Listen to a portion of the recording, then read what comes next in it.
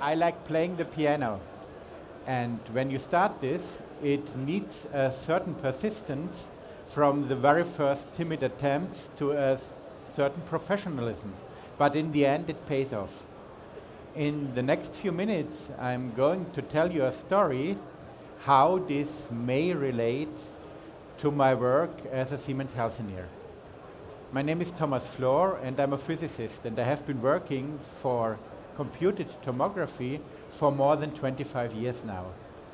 A topic that is close to my heart and that has accompanied me throughout my professional career is cardiac CT.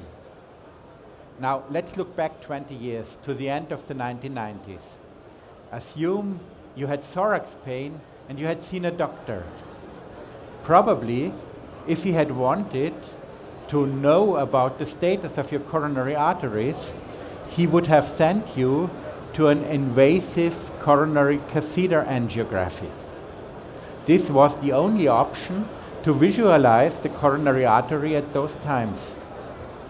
Because of its invasiveness, a catheter angiography is not without risks.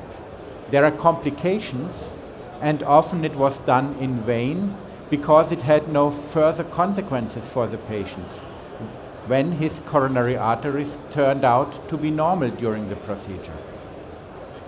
It was a coveted goal in those days to visualize the coronary arteries by a non-invasive radiological method, such as computed tomography.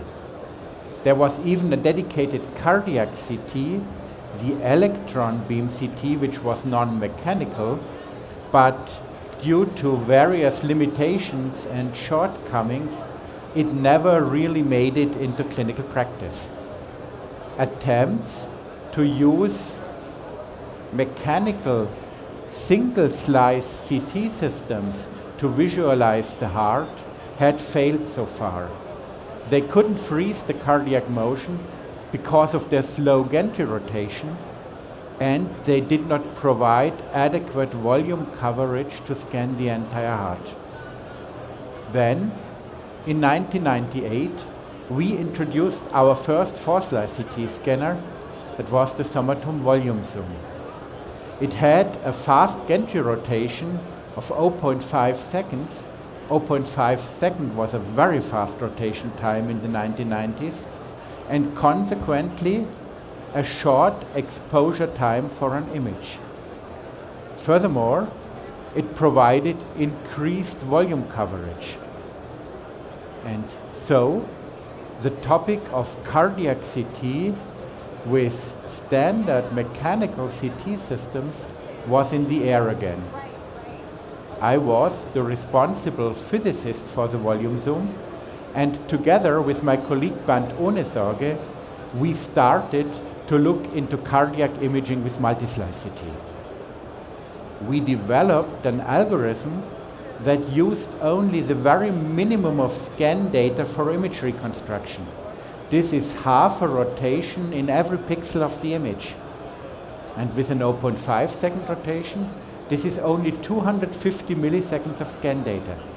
We were convinced that this would be short enough to visualize the heart without motion in the diastolic rest phase if the heart rate was not too high.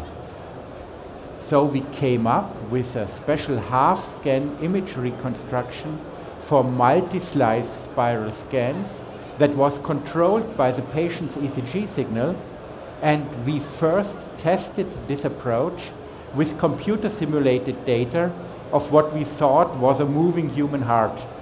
Unfortunately, we had no real idea about the cardiac anatomy, and our model was not contracting in the systolic phase, it was dilating. It looked as if it exploded in systole. But nevertheless, we were able to visualize it without motion artifacts. We demonstrated this result to our management, and we got the permission to build a prototype for patient scanning. Of course, we needed the support of other members of the physics group and of R&D.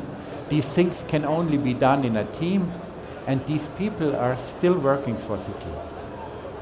Fortunately, there was also a group of young ambitious radiologists and cardiologists who we could collaborate with and who were keen to use our prototype. There are big names in cardiac radiology and cardiology today. Stefan Achenbach from Erlangen, Christoph Becker from Munich, Koen Niemann from Rotterdam, just to name few of them.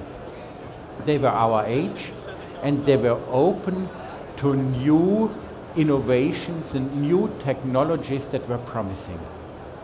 While I was more the technical guy who looked into the algorithms, Bernd Ohnesorge started to drive the topic clinically.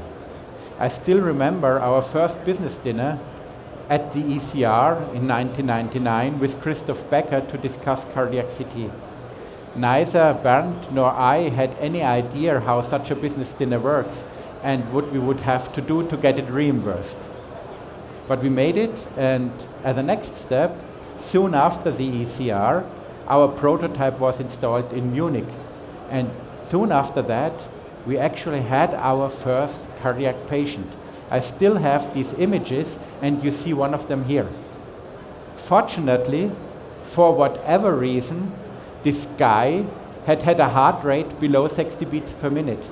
And our method worked, and the coronaries were sharp and clear.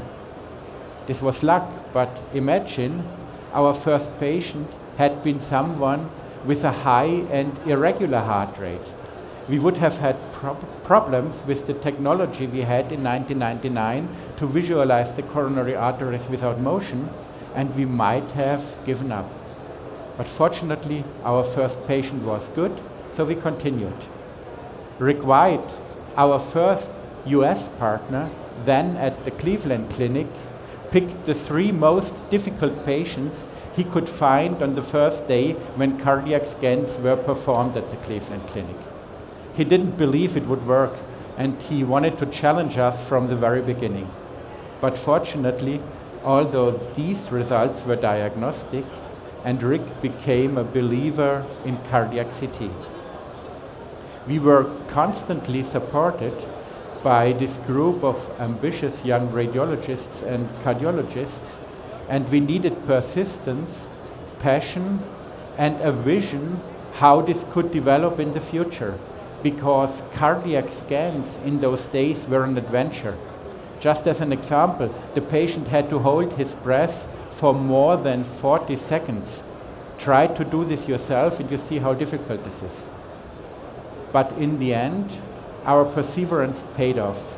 Multi-slice CT rapidly developed, always with a focus on cardiac CT, and the method became increasingly robust in the course of the year. The decisive step to introduce cardiac CT into routine clinical algorithms was taken in 2005 with the introduction of the dual source CT. Again, with significant involvement of the cardiac CT pioneers, both on the technical and on the clinical side. With dual source CT, the heart could now be scanned even at high and irregular heart rates. Today, the 3rd generation of dual source CT systems provides excellent images of the coronary artery in routine in many clinical installations. You see one of these images here, and you can imagine how far this technology has developed. Today it takes a fraction of a second to acquire such an image, and no longer 40 seconds.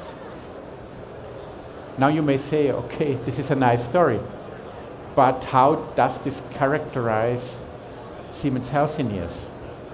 Well, there are several key points. First of all, you need endurance and persistence, even if there are difficulties. Then you need courage and a bit of luck, and we had this. And in the end, it needs close proximities to your customers from the very beginning. Thank you very much.